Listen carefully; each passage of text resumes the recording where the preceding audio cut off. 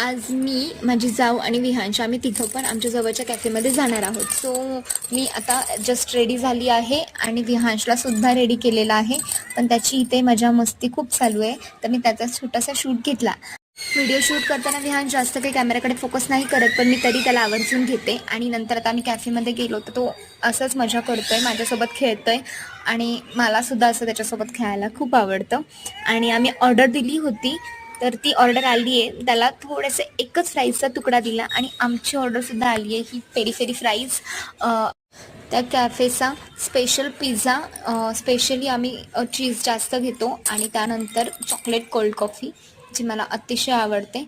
So त्याच्यामधलं सगळं काही खूप टेस्टी होतं. आणि हे सगळं झाल्यानंतर मग आम्ही घरी जायला निघालो आणि विहांश खूप रडायला लागलेला, कारण त्याला झोप आली होती.